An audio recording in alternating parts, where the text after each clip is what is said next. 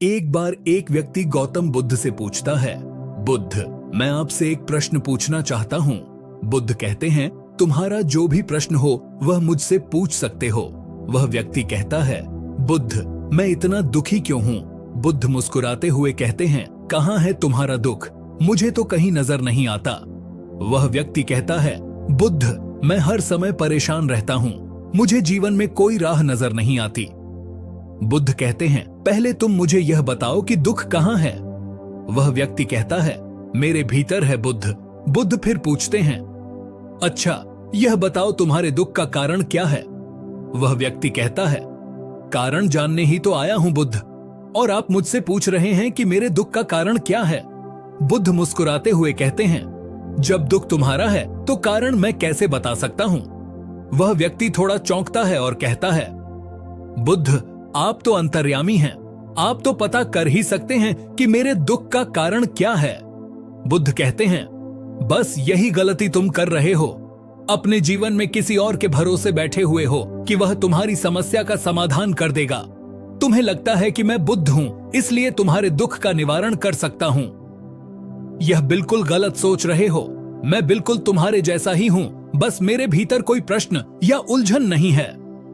जब तुम्हारे भीतर के प्रश्न और उलझन खत्म हो जाएंगी तो तुम्हें भी किसी बुद्ध के पास जाकर यह पूछने की जरूरत नहीं होगी कि तुम दुखी क्यों हो। बुद्ध फिर एक उदाहरण देते हुए कहते हैं, क्या तुम पुष्प को जानते हो? वह व्यक्ति कहता है, बुद्ध, पुष्प को कौन नहीं जानता? पुष्प तो सभी ने देखे हैं। बुद्ध कहते हैं, एक पुष्प सुबह को कली होता है और दिन के मध्य में वह खिलता है और शाम होते होते मुरझा जाता है और गिर जाता है। यदि पुष्प यह सोचे कि वह शाम होते होते मर जाएगा तो वह खिल ही ना सकेगा, वह सुगंध फैला ही ना सकेगा।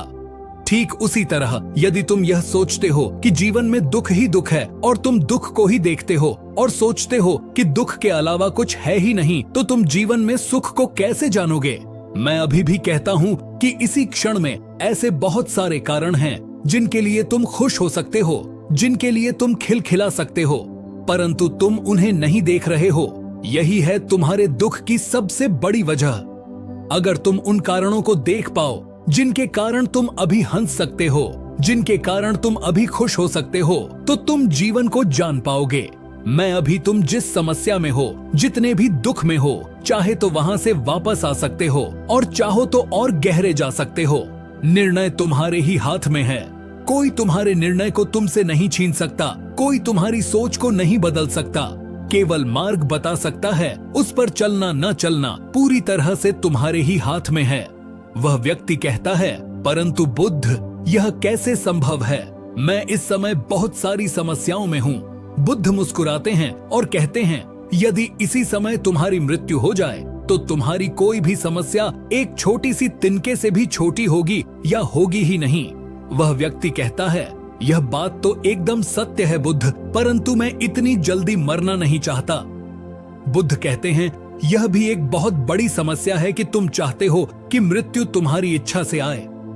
मृत्यु कोई ऐसी चीज नहीं है जो चाहत से आती है, उसे केवल स्वीकारा जा सकता है।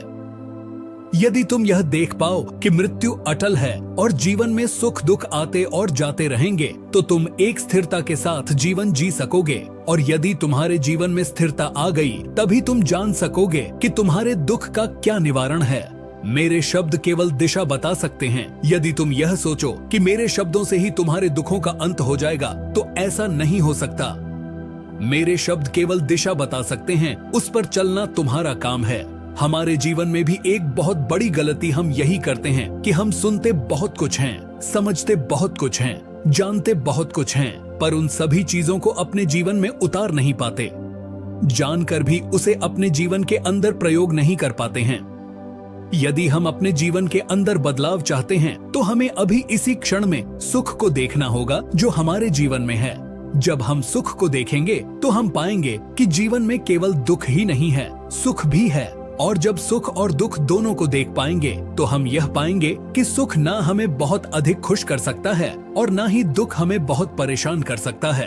तब हम इन दोनों के ऊपर उठ पाएंगे और तब हम जान पाएंगे कि वास्तव में वास्तविकता कुछ और है। बुद्ध ने कहा था, मैं केवल मार्ग बता सकता हूँ, चलना तुम्हारा ही काम है। धन्यवाद। आपको यह कहानी कैसी लगी हमें कमेंट करें और हमारे चैनल को सब्सक्राइब करें। नमो बुद्धाय।